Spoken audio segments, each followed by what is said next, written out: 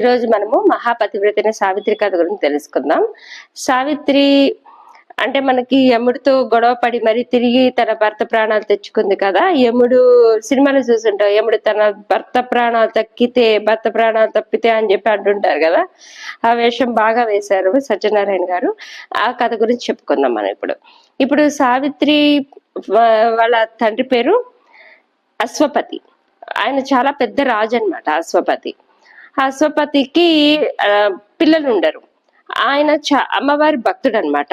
చాలా అమ్మవారిని నమ్ముకుంటాడు, పూజలు చేసుకుంటాడు, పిల్లలు పుట్టాలని కోరుకుంటాడు. చివరికి అమ్మవారి కనికరం వల్ల ఆయనకి ఒక ఆడపిల్ల పుడుతుంది. ఆమెకి సావిత్రి అని పేరు పెట్టుకుంటారు. సావిత్రి చిన్నప్పటి నుంచి చాలా ధైర్యవంతురాలు, గుణవంతురాలు, సౌందర్యవతి. ఆమె ధైర్య సాహసాలు చూసి అందరూ ఆశ్చర్యపోయేవాళ్ళు అనమాట. చాలా ధైర్యవంతురాలు. అట్లాగా ఆమె పెరిగి పెద్దదవుతూ వచ్చింది. ఆమె ఎంత ధైర్యవంతురాలంటే, మామూలుగా అయితే అప్పట్లో స్వయంవరాలు ఏర్పాటు చేసి సీతాదేవికి స్వయంవరం జరిగింది, ద్రౌపది స్వయంవరం, ఇలా స్వయంవరాలు జరిగేవి అప్పుడు. కానీ సావిత్రిని పెళ్లి చేసుకోవడానికి ఆమె ధైర్యం చూసి మిగతా రాజులు ముందుకు రాలేదు. ఇప్పుడు ఇంకా అశ్వపతి ఏం చేస్తారు, అమ్మ నీ భర్త నువ్వే ఎంచుకో అని చెప్పేసి చెప్తాడనమాట. అప్పుడు సావిత్రి అన్ని రాజ్యాలు, అరణ్యాలు అన్ని తిరుగుతుంది, అన్ని ప్రాంతాలకు వెళ్తుంది. చివరికి ఈ సత్యవాన్ ఉండే అడవికి వస్తుంది అనమాట. ఈ అడవికి వచ్చేసరికి సత్యవాన్ని చూస్తుంది. చూడగానే ప్రేమలో పడుతుంది.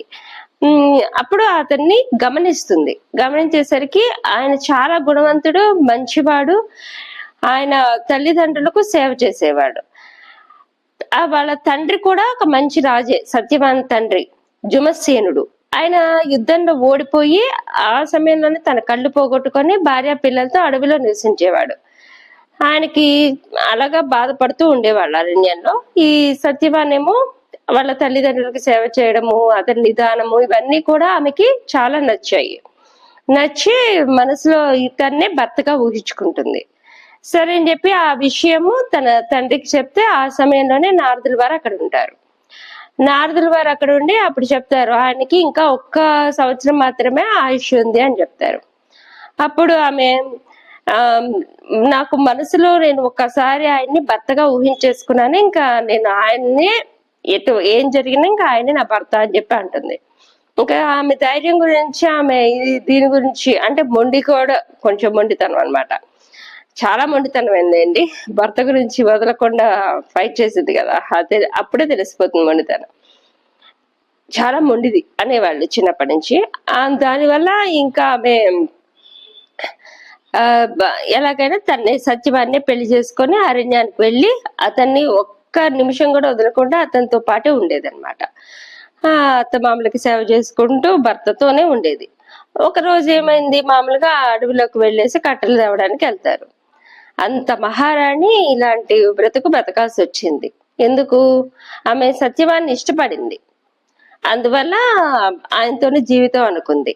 సరే ఒకరోజు కట్టెలు కొడుతూ ఉంటే ఉన్నట్టుండి భర్త కళ్ళు తిరిగి ఆమె ఒళ్ళోనే ప్రాణాలు వదిలేసేసరికి ఇంకా ఆమెకేం అర్థం కాలేదు. అప్పుడు యముడు వస్తాడనమాట. వచ్చి ఆయన ప్రాణాలు తీసుకునే సమయంలో ఆమె అడ్డుపడుతుంది.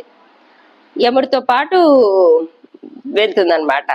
నువ్వు రాకూడదు అని చెప్పినా వినకుండా ఆయనతో పాటే వెళ్తూ ఉంటే ఆయన అంటారు, ఏంటి ఇది, నాకు బాధ, నీకు 3 వరాలు ఇస్తాను, నువ్వు ఏదైనా కోరుకోవచ్చు, కానీ నన్ను వదిలేసి నీ భర్త ప్రాణాలు మాత్రం ఇవ్వడం జరగదు అని చెప్పేసి అంటాడు. ఆమె మొండితనం భరించలేక, సరే మొదటి కోరిక ఏంటి, సత్యవాన్ వాళ్ళ తండ్రి జుమసేనుడు ఉన్నారు కదా, ఆయనకి కళ్ళు గుడ్డైపోతాయి కదా, కళ్ళు రావాలని కోరుకుంటుంది.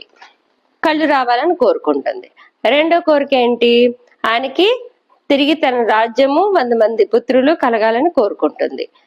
మూడో కోరిక ఏంటి, నాకు కూడా సత్యవానికి కూడా 100 మంది పుత్రులు కలగాలి అని చెప్పి, అంటే నాకు కూడా 100 మంది కుమారులు కావాలి అని కోరుకుంటుంది. అలా కోరుకునేసరికి ఇంకా వెంటనే తదాస్తు అనేస్తాడు. దీనిలో తదాస్తు అనేసరికి ఇంకా యముడంతటి వాడే ఇంకా ఆయన వదిలేసి సత్యవాన్ని వెళ్ళిపోతాడనమాట. సరే అని చెప్పేసి ఈ కథ ఎక్కడదంటే మహాభారతంలో వనపర్వంలో ఉంది. ఈ ధర్మరాజు అడుగుతాడు అనమాట. ధర్మరాజు ఏం అడుగుతాడు, ద్రౌపది ఎన్ని కష్టాలు పడుతుందో చూడండి, అసలు ఇలా ఎవరైనా ఇంతకు ముందు ఇలా ఏ ఆడవాళ్ళైనా ఇలా కష్టాలు పడ్డారా అంటే అప్పుడు మార్కండేయ మహర్షి చెప్తాడు, ఇలా ఇంతకన్నా ఎక్కువ కష్టాలు పడిన వాళ్ళు ఉన్నారు. ఈమె పెళ్లి చేసుకొని అన్ని భోగాలు అనుభవించి మధ్యలో కొన్ని సంవత్సరాల కోసం అడవికి వచ్చింది, కానీ ఆమె ఒక్క సంవత్సరంలో తన భర్త ప్రాణాలు పోతాయని తెలిసి కూడా పెళ్లి చేసుకొని యముడంతటి వాడితో గొడవ పడి మరి తన భర్త ప్రాణాలు తిరిగి తెచ్చుకుంది. అంతేకాకుండా అంత రాజ విలాసాలు భోగాలు అన్ని కూడా వదిలేసి మొత్తము సత్యవాన్నే తను ప్రేమికుడిగా అనుకొని నిజమైన ప్రేమకు అర్థం చెప్పింది అని చెప్పేసి వివరంగా కథను మార్కండేయ మహర్షి ధర్మరాజుకు చెప్తారు.